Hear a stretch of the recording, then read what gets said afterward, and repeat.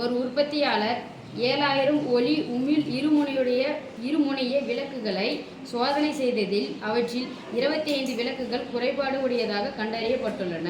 மொத்த விளக்குகள் எவ்வளோப்பா? 7000 விளக்க டெஸ்ட் பண்றாரு. அந்த பல்பு பேரு ஒளி உமிழ் விளக்கு அப்படின்னா எல்இடி பல்பு. லைட் எமிஷனா எமிஷன் ரைட் எமிஷன்னா உமிழ்தல். அப்போ எல்இடி பல்பு, அந்த எல்இடி பல்பு மொத்தம் எத்தனை வச்சிருக்காரு? 7000த்துல டெஸ்ட் 7000 பல்பு டெஸ்ட் பண்ணி பாக்குறாரு. அந்த 7000 பல்புல எத்தனை வந்து குறைபாடு டேமேஜா இருக்கு? 25. ஓகேவா? சமவாய்ப்பு முறையில் ஒரு விளக்கை தேர்ந்தெடுக்கும் போது அது குறைபாடு உடையதாக இருக்க நிகழ்தகவு என்ன? ஓகே, அது குறைபாடு உடையதாக இருக்கு. ஒரே ஒரு பல்பு மட்டும் எடுக்கிறாரு. அந்த பல்பு எப்படி இருக்குமா? அது டேமேஜ் ஆன பல்பா இருக்கு. ஓகேவா? அந்த பல்பு பழுதடைந்த பல்பா இருப்பதற்கான நிகழ்தகவு. எடுத்தோடனே நிகழ்தகவு சொன்னா என்ன பண்ணோம்? எண்ணிக்கை கொடுத்துட்டாங்க. அப்ப எண்ணிக்கைன்னு சொன்னா சாமி போட போறோம்.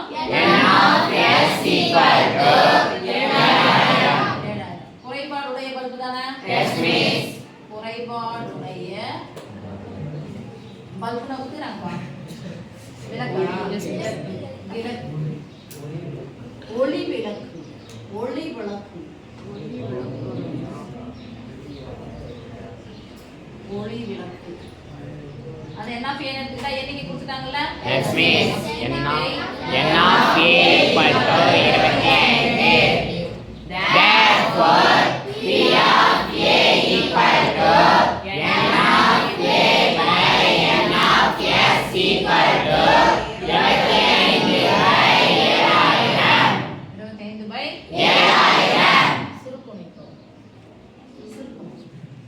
ஓர் 25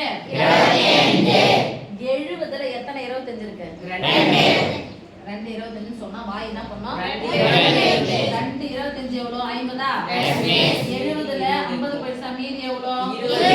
இப்போ ஒரு 0 சொல்ல என்ன ஆச்சு? 200ல எத்தனை 25? 8.